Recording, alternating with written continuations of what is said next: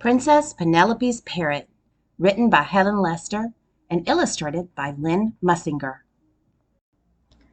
Princess Penelope's birthday was always a big occasion, and this year was no exception. Princess Penelope's dress had ruffles on its ruffles on its ruffles. Her presents were fabulous: rollerblades studded with jewels, a bathing suit woven from rare peacock feathers, and a 16-wheeler. The cake was 7 layers high and made with genuine llama's butter. The top of the cake was decorated with a golden cage.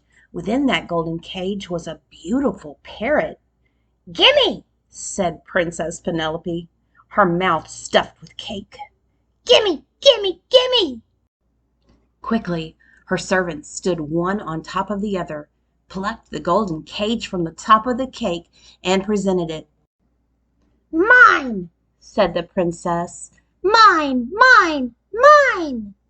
Dribbling cake crumbs, she zoomed off to her chamber with the cage. Then she waited for the parrot to say something. The parrot said nothing. "Talk, big beak!" demanded Princess Penelope. The parrot said nothing. "Speak, or I'll rattle your cage!" The parrot said nothing, and Princess Penelope grew annoyed. "All righty then, I'll put you on a ball and chain." The parrot looked miserable, but said nothing.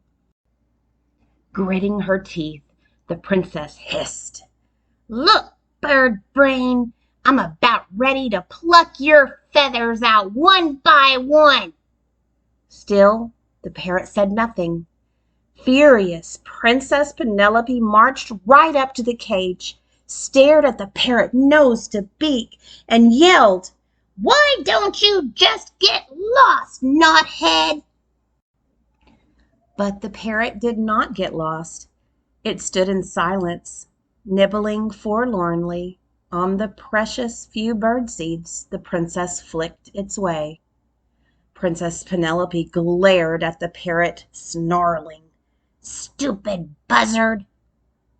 One day, Princess Penelope received a message that young Prince Percival would be stopping by her palace on his way to build sandcastles at the beach. Although they had never met before, Princess Penelope had long ago decided that she would marry Prince Percival when she grew up. He was the richest prince in the land.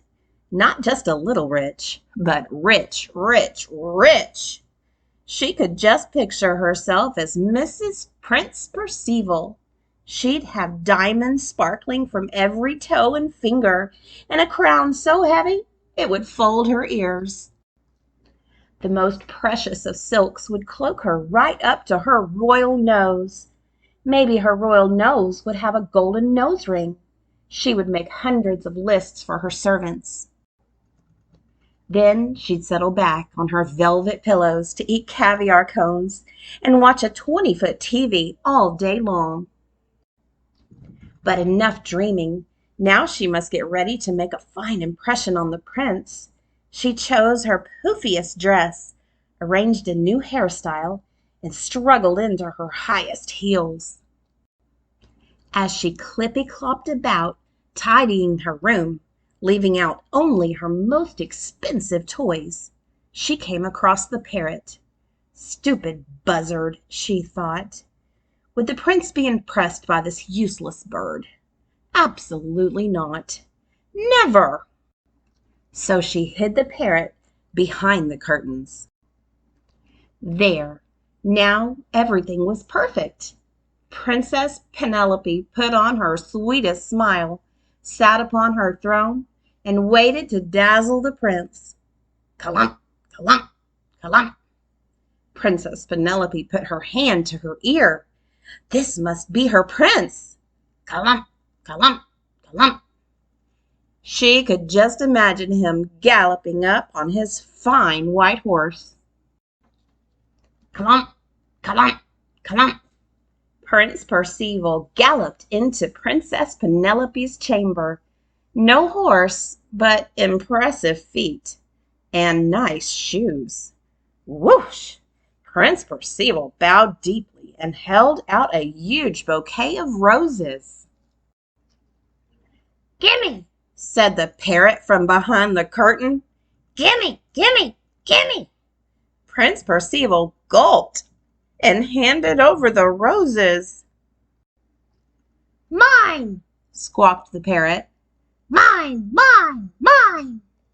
Prince Percival's eyebrows twitched. How could someone with such a sweet smile say such rude things? "Talk, big beak." The prince scratched his nose and thought that just maybe he wanted to be somewhere else. Then the parrot screamed, "Speak, or I'll rattle your cage." Cage? Cage? Prince Percival felt trapped. As he moved toward the door, the parrot screeched on. "Alrighty then, I'll put you on a ball and chain. Look, bird brain, I'm about ready to pluck your feathers out one by one." That did it.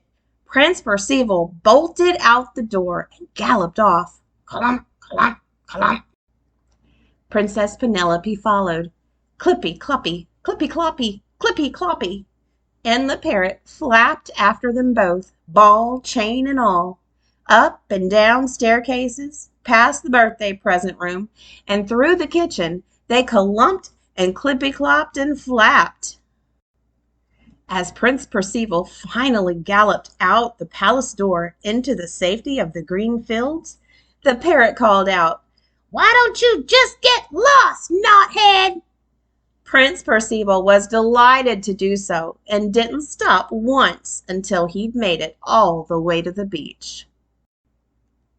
In the palace doorway, the parrot cocked its head at Princess Penelope and cheerfully said, "Stupid buzzard." Then it stepped out of the ball and chain and flew away. The prince and the parrot lived together happily ever after.